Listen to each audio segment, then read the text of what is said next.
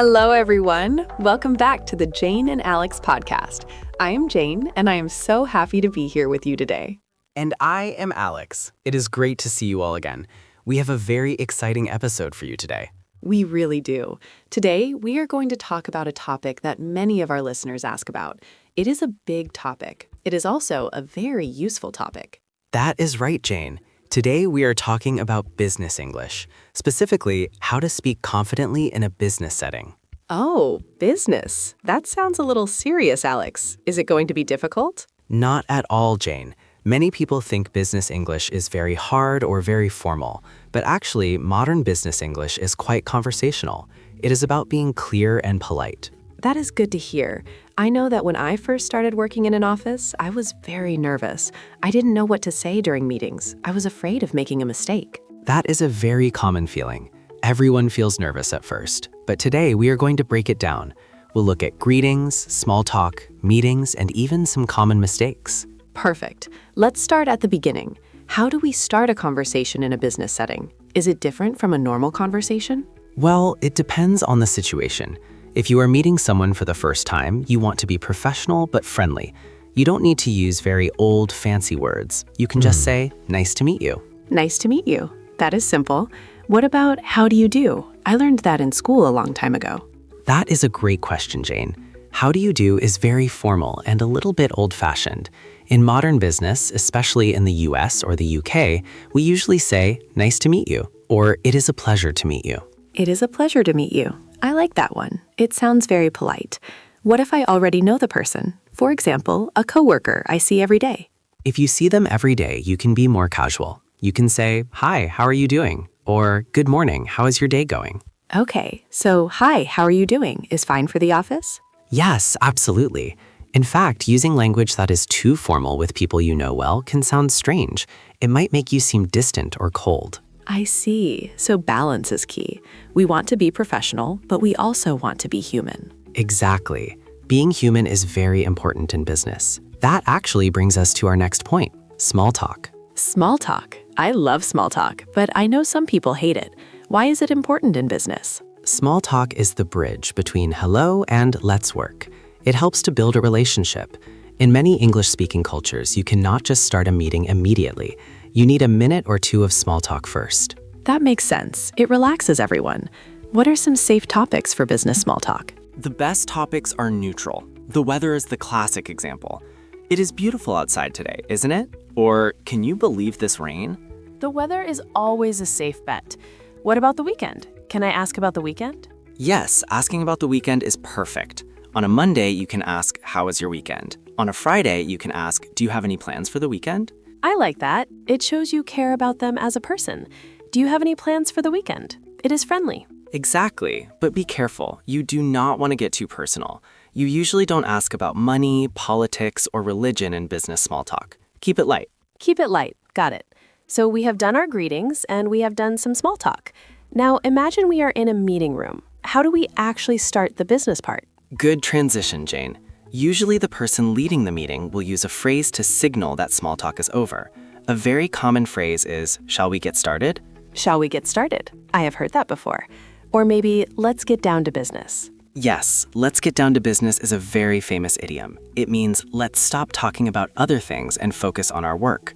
Another one is simply, "Okay, let's begin." Let's get down to business. I feel very professional just saying that. Okay, so we are in the meeting. What if I have an idea? How do I say it without being rude? This is where diplomatic language comes in. In English business culture, we often use softer language to give opinions. Instead of saying, "I want to change the plan," which sounds demanding, you could say, "I would like to suggest a change to the plan." Oh, I hear the difference. I want sounds like a demand. I would like to suggest sounds like an idea. Correct. Or you can say, "What if we tried," for example, "what if we tried a different marketing strategy?" What if we tried? That is a great phrase. It invites other people to think about it. It is not aggressive. Precisely. Business English is often about collaboration. You want to invite people to agree with you, not force them. What happens if I disagree with someone? That is the hardest part for me. I don't want to say, "You are wrong." You should definitely not say "you are wrong." That is too direct and can be offensive. Instead, you can say, "I see your point, but I have a different perspective." I see your point, but that is nice. It validates them first. Yes, another great phrase is, I am not sure I agree with that. It is soft. I am not sure I agree. That is much better than, no, that is wrong. Okay, Alex, let's try a role play. Let's pretend we are in a meeting. You are my manager, and we are discussing a new project deadline. That sounds like a great idea. I will start. Okay, Jane, thanks for coming. We need to talk about the project deadline. I think we should finish everything by this Friday. Okay, Friday is too soon. I need more time. Alex, I see your point, but Friday might be difficult. I would like to suggest next Wednesday instead. Next Wednesday. That is a bit late. Why do you need until Wednesday? Well, we want to ensure the quality is high. If we rush, we might make mistakes. What if we compromised on Monday? Monday. Okay. I think Monday is a fair compromise. Let's do that. And scene. Phew, how did I do? You did great, Jane. You used the phrases perfectly. You said, I see your point, and you said, I would like to suggest, and then you used the word compromise. That is a great business word. Compromise. That means meeting in the middle, right? Yes, a compromise is when both sides give up a little bit to reach an agreement. It is essential in business. I felt much more confident using those phrases. It felt less like a fight and more like a discussion. That is the goal. Now, let's talk about another situation. What about when you don't understand something? This happens to learners a lot. Oh, yes. Sometimes people speak very fast in meetings. I am afraid to ask them to stop. Never be afraid to ask for clarification. It is better to ask than to make a mistake later. You can say, could you please repeat that? Or, I didn't quite catch that. I didn't quite catch that. That sounds very natural. Does it mean I didn't hear it? Yes, it means you didn't hear or understand it clearly. You can also say, could you clarify what you mean by, if you heard the words but didn't understand the idea. Could you clarify? That's a good one. It makes you sound interested, not confused. Exactly. It shows you are paying attention. Let's look at some common mistakes people make.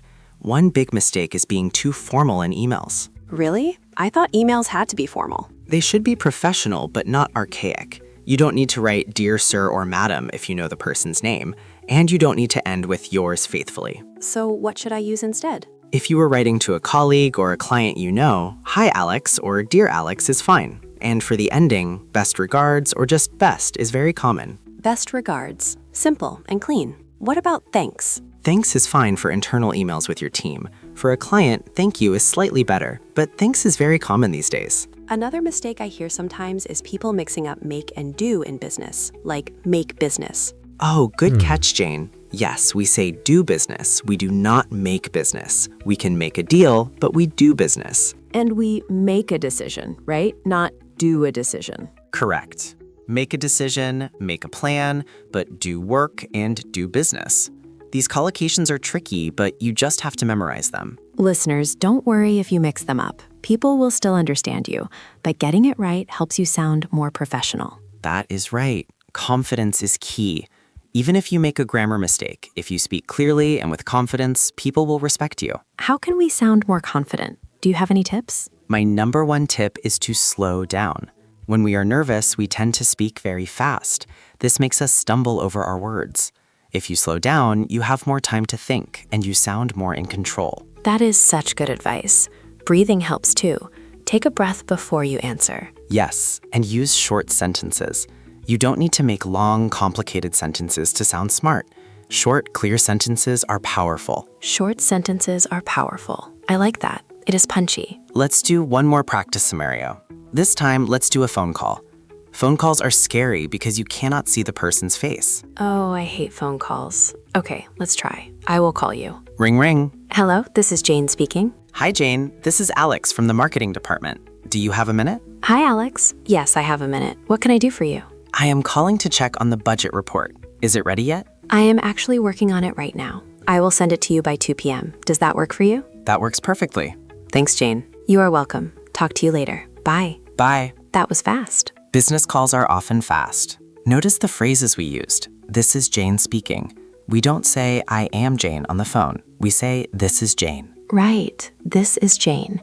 And you asked, do you have a minute? That is polite. Yes, it respects the other person's time. If you are busy, you can say, actually, I am in the middle of something. Can I call you back in 10 minutes? Can I call you back? That is a lifesaver phrase. It gives you time to prepare. Absolutely. So, Jane, we have covered a lot today. Let's do a quick recap for our listeners. Okay, first, greetings. Nice to meet you is better than how do you do. Second, small talk. Talk about the weather or the weekend to build a connection before business starts. Third, meetings. Use phrases like I would like to suggest or I see your point to be polite and diplomatic. Fourth, clarifying. Don't be afraid to say, I didn't quite catch that. And finally, confidence. Slow down, breathe, and use short sentences. That is a great summary. Business English is just English used in a professional setting. It is nothing to be afraid of. I feel much better about it now. I hope our listeners do too. Remember, practice makes progress. Try to use one of these phrases at work this week. Yes, pick just one phrase, like let's get down to business, and try to use it. You will feel great. Thank you so much for listening to the Jane and Alex podcast. We love helping you improve your English. Thank you, everyone. Don't forget to like and subscribe if you found this helpful. See you next time. Bye, everyone. Have a productive week. Goodbye.